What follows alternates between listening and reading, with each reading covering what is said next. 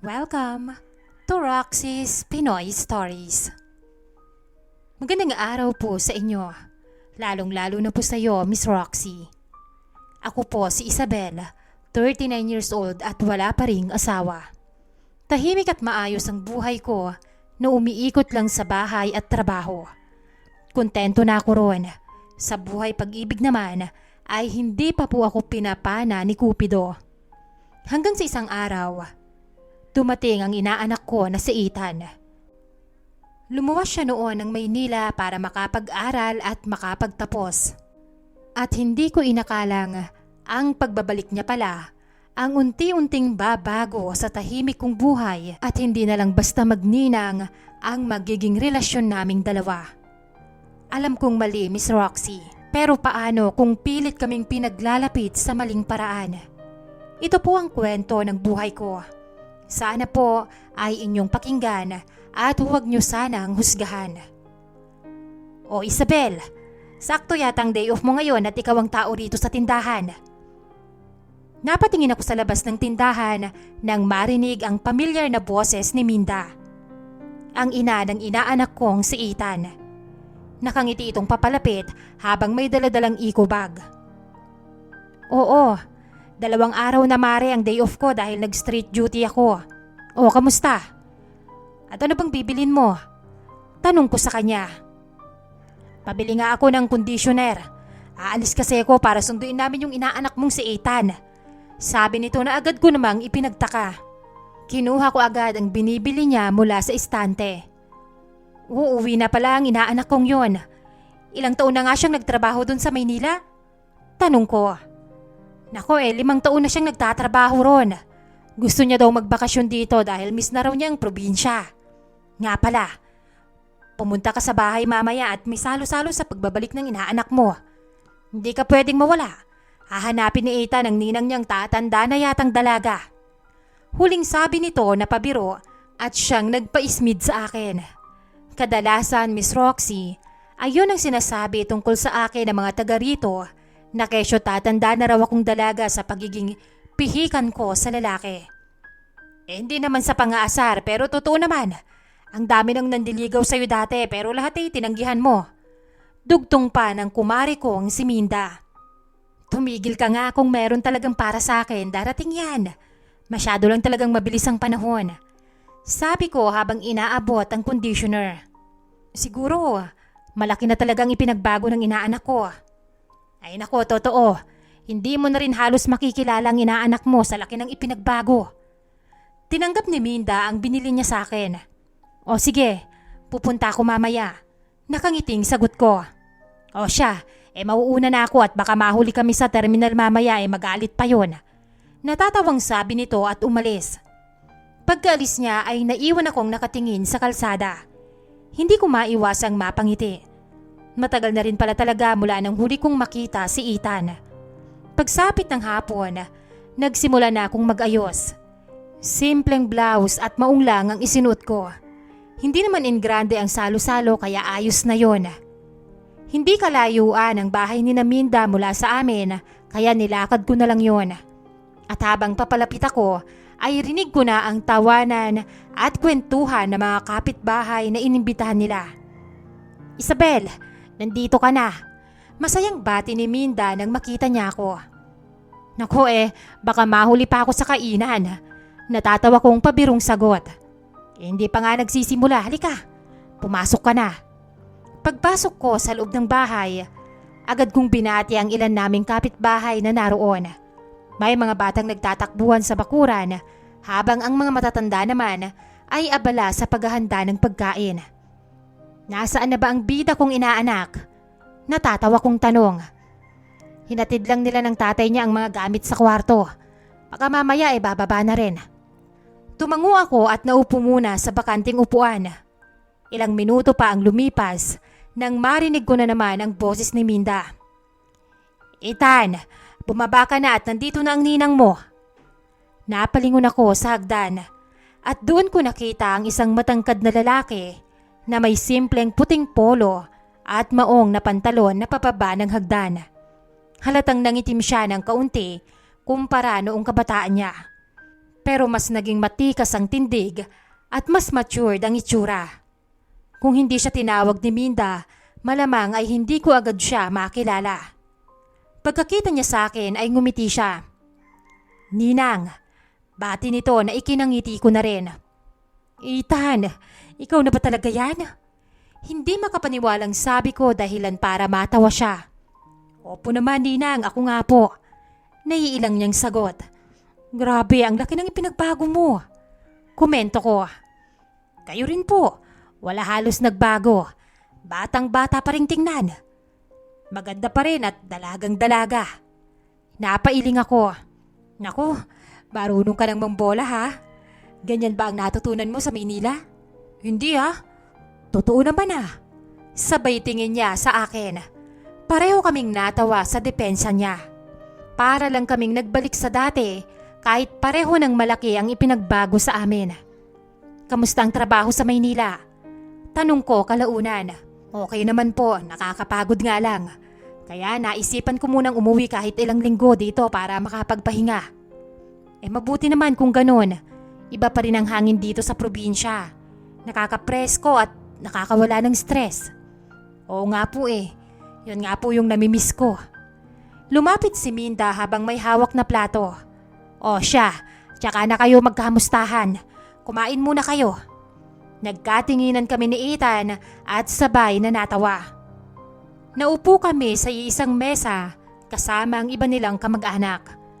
Halos tungkol lang sa trabaho, buhay sa Maynila at mga dating kakilala ang naging usapan. Paminsan-minsan ay napapansin kong napapatingin si Ethan sa akin. Pero hindi ko na yun binigyan ng kahulugan. Ang nasa isip ko lang ay masaya kong makita ulit ang inaanak kong matagal na ring wala sa probinsya. Miss Roxy, hindi ko alam na ang simpleng pagkikitang yon ang magiging simula ng mga pangyayaring babago sa tahimik kong buhay. Nang lumalim na ang gabi ay isa-isa nang nagsiuwian ng mga bisita. Uuwi ka na rin ba, Isabel? Tanong ng kumari kong si Minda. Oo, anong oras na rin Sagot ko at tumayo. Magpahatid ka na kay Ethan nang magkakwentuhan naman kayong magninang. Alam mo naman ikaw ang bukod tanging ninang niya sa mundo. Baka rin mabigyan ka niya ng lalaking makakatuwang mo na sa buhay. Mahabang sabi ng aking kumare. Ay nako mare, dinaig mo pa ang laseng sa dami ng sinabi mo. Natatawa kong sabi kay Minda. Ayos lang ba yun sa'yo, Ethan? Tanong ko at tumingin sa kanya. Kasalukuyan itong umiinom ng shot sa alak. Nilagok muna nito ang baso bago lumingon sa akin. Oo naman, Dinang. Ikaw pa ba? Sugot nito sabay kindat. Napailing na lang ako at bahagyang natawa at hindi ko na lang yun binigyan ng pansin. Naglakad na kami palabas ng bakuran nila. Tahimik na ang paligid kumpara kanina. Maririnig na lang ang mga huni ng kuliglig at may hinang tawanan ng ilang kapitbahay na naiwan pa sa handaan. Yang nanay mo talaga, hindi na sana ako magpapahatid. Malapit lang naman ang bahay ko. Sabi ko habang naglalakad kami. Okay lang po, Ninang. Patagal din tayong hindi nagkita. Kahit papano, makabawi man lang ako sa kwentuhan. Nakangiti niyang sagot. Edi magkwento ka ng tungkol sa buhay mo ron sa Maynila. Yun, okay naman po. Trabaho lang halos ang inatupag ko. Minsan naiisip ko na napakabilis talaga ng panahon. Nagkaroon ka ba naman ng nobya? Kalaunan ay biglang tanong ko na pareho naming ikinatahimik. Bahagya siyang natawa bago umiling. Nagkaroon, pero hindi rin kami nagtagal. Naku bakit naman? Usisa ako pang tanong. Siguro hindi kami para sa isa't isa. Bahagya siyang ngumiti pero hindi abot sa kanyang mata. Huwag kang mag-alala, darating din ang tamang tao para sa'yo. Napatingin siya sa akin at ngumiti. Ikaw po, Ninang, bakit hindi ka pa rin nag-aasawa? Wala hindi naman sa ayaw ko. Wala lang din talagang dumarating na sa tingin ko ay para sa akin. Ang hirap naman paniwalaan niya, Ninang. Dudang sagot nito.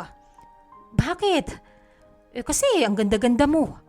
Kung hindi kita ninang, baka pinatulan na kita.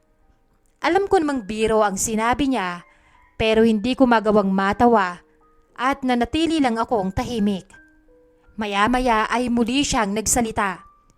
Naalala ko dati, lagi niyo akong binibigyan ng baon kapag wala si na mama. Oh, naalala mo pa pala yun. Siyempre, ikaw kaya ang paborito kong ninang. Ikaw lang naman kasi ang inaanak ko. At ako lang rin ang ninang mo. Pareho kaming natawa sa sinabi ko. Hindi nagtagal ay narating na namin ang tapat ng bahay ko. Salamat sa paghahatid mo, ha? Sabi ko. Walang anuman. Sandali kaming nagkatinginan bago ako ngumiti. Magpahinga ka na. Mukhang pagod ka pa sa biyahe. Opo nga baka bukas po duman ako sa tindahan nyo. O sige, bukas na lang ulit. Libre kape na para sa'yo.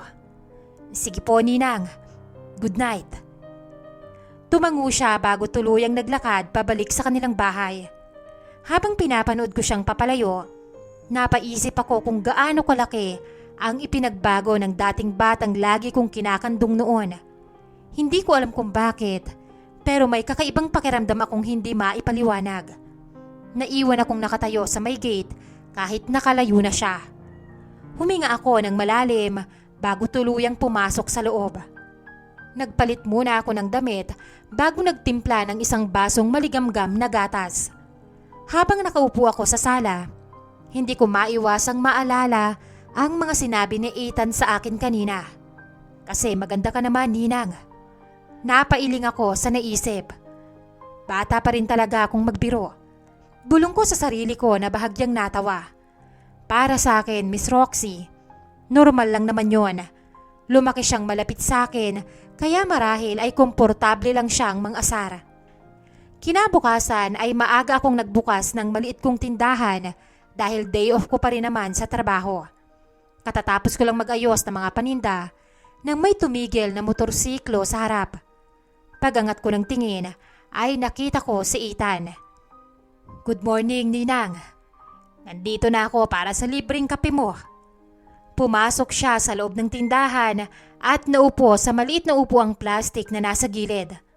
Nagtimpla ako ng tig-isang kape para sa amin. O heto, sana magustuhan mo ang timpla ko. Paminsan-minsan ay may bumibiling kapitbahay kaya natitigil ang usapan namin. Ninang, ikaw ba talagang nagbabantay nito araw-araw? Tanong niya. Hindi. Kapag may duty ako sa trabaho, si Ate Lorna ang pumapalit. Kapag day off ko lang ako nagbabantay. Akala ko full-time ka na rito. Hindi pwede. Pangdagdag kita lang itong tindahan kasi kung full-time, nako kulang na kulang. Mabuti rin pala at side hustle mo lang to.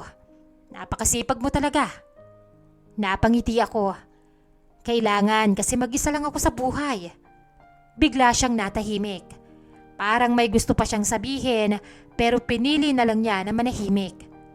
Maya-maya ay may isang matandang kapitbahay na bumili. Isabel, abay buti naman at umuwi na pala ang gwapo mong inaanak. Napakamot lang si Ethan sa batok.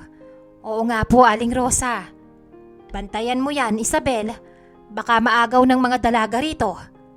Tudyo pa niyang sabi at hindi ko maintindihan kung bakit niya yon sinabi sa akin. Hindi na kailangang bantayan niyan dahil malaki na. Mas lalo namang natawa ang matanda bago nagpaalam. Pagkaalis nito ay napailing kaming dalawa. Mukhang sikat ka na agad ulit dito. Ganito talaga sa probinsya kapag nakakita ng taga Maynila. Natatawa niyang sabi. Hindi ka pa nga nakakaisang araw, pinag-uusapan ka na. Hindi ko na malayang halos 1 oras na pala kaming nagkukwentuhan. Maya-maya ay tumayo siya. Sige po, ninang, uuwi muna ako. Bukas ulit, babalik ulit ako rito para makikape. Aba, ginawa mo ng coffee shop ang tindahan ko. Naiiling kong sabi sa kanya. Mas masarap kasi ang libreng kape, lalo na kapag galing sa'yo. Napailing na lang ako habang pinapanood siyang sumakay sa motorsiklo. Pagkaalis niya ay hindi ko na malayang nakangiti pa rin pala ako. Nang hapong yon ay hindi ko inaasahang bumalik siya. Ang sabi niya ay pinabalik siya ng kanyang ina para ihatid ang niluto nitong ulam. Naku, nag-abala pa kayo. Sabi ko, hayaan mo na, ninang. Hindi pa kaya ako kumakain. Pwede ba akong sumabay sa'yo? Tanong niya at komportableng umupo sa sala. O sige, sakto. At hindi pa rin ako kumakain. Magsabay na lang tayo. Bakas naman sa gwapo nitong mukha ang tuwa sa sinabi ko. Inihain ko ang pagkain sa hapag at saka ko siya tinawag. Habang kumakain kami, pansin ko ang panay na titig nito sa akin. May problema ba? Tanong ko. Paano kung sabihin ko na nagugustuhan na kita, Ninang? Lalayo ka ba? Tanong niya na halos ikasamid ko. Huwag kang magbiro ng ganyan. Imposible yan at bawal. Naiiling kong sabi bago tinapos ang pagkain, tsaka tumayo dala ang pinagkainan. Hindi ko maipaliwanag, Miss Roxy, ang kakaibang kaba sa sinabi niya. Abala ko sa paghuhugas ng plato nang sumunod siya sa akin. At hindi ko inaasahang sa pagharap ko ay nakaabang siya sa likuran ko, dahilan para mabunggo ako sa kanya at bumagsak ang katawan ko sa matitigas niyang bisig. Ninang, hindi ako nagbibiro. Simula nung nagkaedad ako, meron na akong pagtingin sa'yo. Alam kong bawal kaya pumayag ako kina mama na sa Maynila mag-aral. Pero pagbalik ko rito, ganun pa rin. Gusto pa rin kita, Ninang. Pagtatapat nito, napalunok ako habang nakatingin sa kanya. Seryosong seryoso siya sa sinasabi. Bakit, Ninang? Ikaw ba? Wala ka bang kahit katiting na nararamdaman para sa akin? Tanong niya dahilan para mapaiwas ako ng tingin. Kahit ano pang maging sagot ko, wala na yung saysay. Sige na, umalis ka na, Ethan. May diing sabi ko, ngunit sa halip na sundin niya, ay hinawakan niya ang pisngi ko at siniila ko ng halik sa labi na siyang ikinabigla ko. Hindi ako aalis, Ninang, hanggang hindi mo sa akin inaamin. Mariinding sabi niya. Oo na, Ethan. Gusto rin kita. May nararamdaman din ako sa'yo kahit pa alam kong bawal. Hindi ko mapigilang sigawan siya. Natigilan siya sa narinig sa pag-amin ko. Maya-maya ay unti-unti niyang binitawan ang mga balikat ko. Hindi ko na kayang itago ang nararamdaman ko, Ninang. Ethan, wag mo na akong tawaging ganyan kung ganito ang gusto mong mangyari sa atin. At mula roon, Miss Roxy, hindi na namin napigilan pa ang isa't isa. Nangyari ang bagay na hindi dapat mangyari sa amin ni Ethan. Kapag may ibang tao, para lang kaming magninang na matagal nang hindi nagkita. Pero kapag wala nang nakakakita, ay nagkakaroon kami ng pagkakataong mag-usap tungkol sa lihim naming relasyon. Paulit-ulit naming sinasabi na hihinto na kami, pero sa bawat pagtatangka naming lumayo, lalo lang kaming nagkakalapit. Hanggang kailan tayo ganito, Ethan? Hindi ko mapigilang itanong sa kanya isang gabi habang magkatabi kami sa kama. Hindi ko rin alam, Ninang. Pero aaminin kong napakasaya ko. Kapag nalaman nila, mawawala ang tiwala nila sa atin. Bukod pa doon, magagalit ang mama mo sa akin pati na rin sa'yo. Pero Isabel, sa tuwing iiwas ako sa'yo, mas lalo lang kitang namimiss. Lumipas ang ilang buwan. Wala ni isa sa pamilya namin ang naghinala. Akala nila normal lang ang pagiging malapit namin dahil magninang kami. Ngunit habang tumatagal, lalo ring bumibigat ang konsensya ko, lalo pa at hindi na siya bumalik ng Maynila. Hindi na ako makatingin ng diretso kay Minda sa tuwing nagkukwentuhan kami. Pakiramdam ko, niloloko ko ang taong buong pusong nagtitiwala sa akin. Isang gabi, habang magkasama kami sa may ilog, ako na mismo ang nagsalita. Ethan, sa tingin ko, kailangan na nating itigil to. Hanggang dito na lang tayo. Hindi siya agad sumagot. Pagod na rin akong mabuhay sa pagtatago, Isabel. Kung ihiwalayan kita, kakayanin mo ba? Hindi ko agad nasagot ang tanong niya. Dahil lang totoo, Miss Roxy, hindi ko rin alam. Hanggang ngayon, hindi ko pa rin po alam kung tama bang ipaglaban ang nararamdaman namin o tuluyan na itong wakasan bago pa may makaalam. Kaya kayo na po ang tatanungin ko. Kung kayo po ang nasa sitwasyon ko, Puputulin niyo ba ang isang relasyong alam niyong mali kahit mahal ninyo ang isa't isa?